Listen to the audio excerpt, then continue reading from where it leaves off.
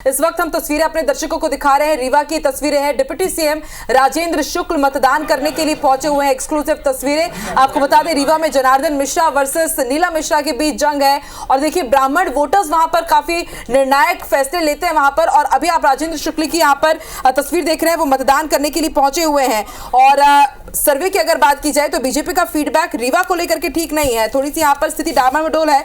और ऐसे में माना जा रहा है कि शायद राजेंद्र शुक्ल जो डिप्टी सीएम है, फिर भी उनकी राह मुश्किल हो सकती है। देखने वाला अब ये बहुत फैक्टर होगा कि किस तरह से अब यहाँ पर बीजेपी जीत दर्ज कर पाती है या नहीं, क्योंकि यहाँ पर नीलम मिश्रा को यहाँ पर चुनावी मैदान से उतारा गया जो अभी वोट डालकर बाहर आए हैं। हाँ भाई साहब, आज जो है प्रत्याशियों की परीक्षा का दिन है, जनता मूल्यांकन कर रही है। क्या लगता है कि किस तरह से मूल्यांकन होगा?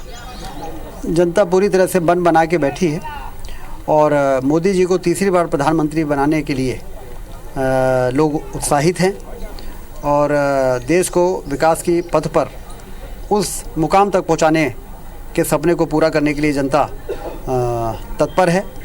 और वो मुकाम है देश को आर्थिक महाशक्ति बनाना, आर्थिक रूप से इतना सक्षम बनाना कि देश के गरीब से गरीब व्यक्ति की को सुविधाओं को बढ़ाने में सरकार के पास धन की कमी ना रहे और भारत विश्व गुरु के स्थान पर पहुँचे और दुनिया का नेतृत्व करे। लेकिन जो विपक्ष है वो कह रहे हैं कि डेवलपमेंट की आप लोग बात करते हैं, जो रीवा लोकसभा है उसको कंक्रीट का जंगल बनाने का आप लोगों ने काम किया है, यहाँ पर एक पानी की समस्या की वो बात कर रहे हैं। कांग्रेस लोगों की इसी प्रकार के आधारहीन आरोप ने कांग्रेस को इतना नीचे तक पहुँचाया है। जब उनको मौका मिलता है तो काम नहीं करते और जब हम लोगों को मौका मिलता है और हम लोग काम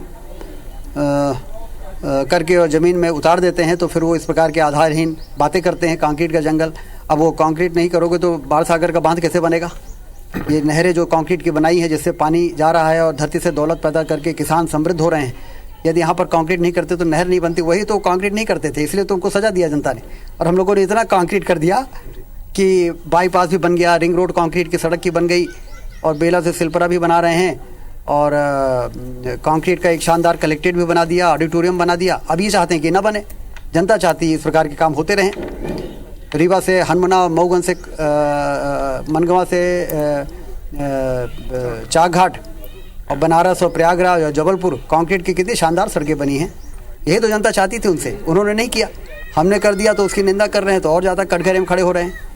तो इसीलिए तो उनकी सीटें घट रही हैं और भारतीय जनता पार्टी की सीटें बढ़ रही हैं। तो मध्य प्रदेश में इस बार क्या होगा, क्योंकि पिछले लोकसभा में आप लोग एक सीट हार गए थे, छिंदवाड़ा में इस बार पूरा जोर आप लोगों ने भी लगाया है, तो इस बार क्या लगता है कि मध्य प्रदेश की कितनी सीटें आप जीतेंगे? कांग्रेस कह रही है कि जो आपका लक्ष्य है 29 का वो पूरा वह नहीं कर पाएगी, उसमें 29 में 28 तो हम पहली बार जीत ही चुके हैं और 35,000 से मात्र छिंदवाड़ा हारे थे। तो इस बार तो चुनाव में सारे उलझे हुए मामले भी मोदी जी ने सुलझा दिए।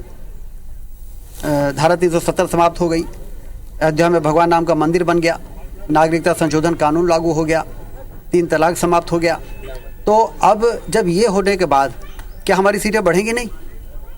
जब ये नहीं हुआ था तो इसी आशा पे तो हमको 200-303 सीटें दी थी जनता ने कि आएंगे तो ये करेंगे।